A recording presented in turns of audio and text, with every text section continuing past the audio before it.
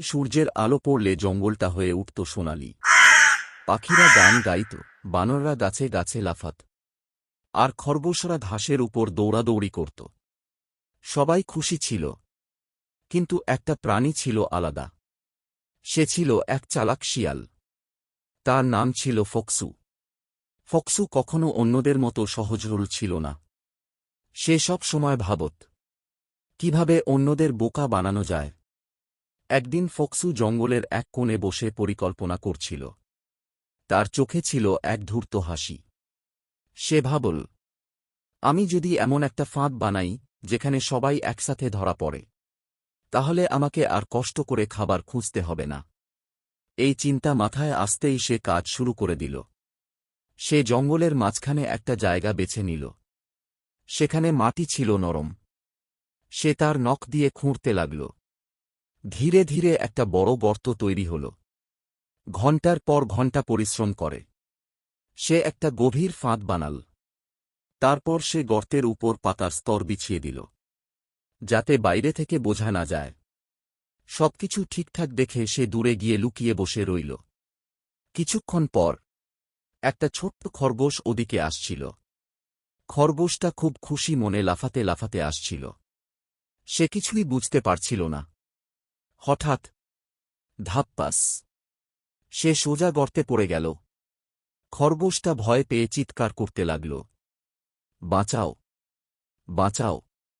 ফক্সু দূরে বসে হেসে উঠল, হা হা। শুরু তো হল।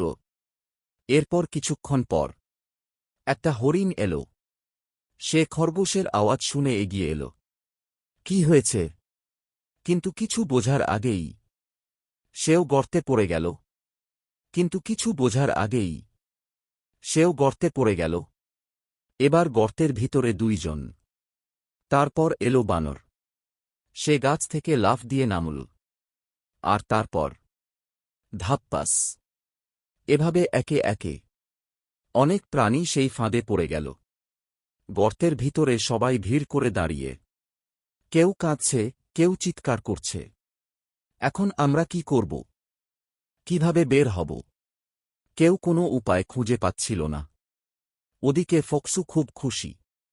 সে ভাবল, আজ তো আমার রাজকীয় ভোজ। কিন্তু ঠিক তখনই জঙ্গলের একদিক থেকে ধীরে ধীরে এগিয়ে আসছিল এক বিশাল হাতি। তার নাম ছিল গজু। গজু খুব বুদ্ধিমান আর দয়ালু ছিল। সে দূর থেকেই অদ্ভুত আওয়াজ শুনতে পেল। সে কাছে গিয়ে দেখল অনেক প্রাণী একটা গর্তে আটকে আছে।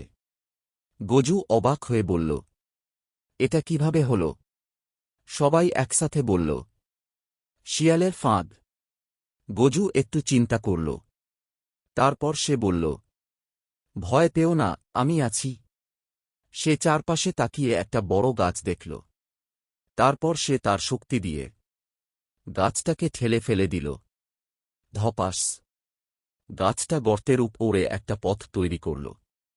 এক এক করে সব প্রাণী সেই গাছ দিয়ে উঠে আসতে লাগল। খরগোশ, হরিণ, বানর সবাই বেঁচে গেল।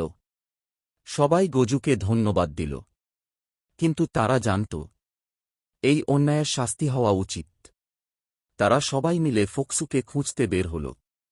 কিছু দূরে ফক্সু তখনও হাসছিল। হঠাৎ সে দেখল সব প্রাণী তার দিকে এগিয়ে আসছে। সব প্রাণী তার দিকে এগিয়ে আসছে। সে ভয় পেয়ে গেল। এরা তো বের হয়ে এসেছে। সে পালাতে চাইল, কিন্তু দেরি হয়ে গেছে। গজু সামনে এসে দাঁড়াল আর বলল, তুমি কেন এমন কাজ করেছ? ফক্সু মাথা নিচু করে রইল। সে বুঝতে পারল তার ভুল। সবাই বলল, অন্যকে কষ্ট দিলে নিজেও একদিন কষ্ট পেতে হয়। ফক্সু কাঁদতে কাঁদতে বলল, আমি আর কখনো এমন করব না। আমাকে ক্ষমা করো। গজু বলল, ভুল করলে শাস্তি পেতে হয়, কিন্তু যদি সত্যি বদলাতে চাও তাহলে আমরা তোমাকে সুযোগ দেব। ফক্সু প্রতিশ্রুতি দিল, সে আর কখনো কারো ক্ষতি করবে না। সেদিন থেকে ফক্সু বদলে গেল। সে অন্যদের সাহায্য করতে শুরু করল। আর জঙ্গলে আবার শান্তি ফিরে এলো।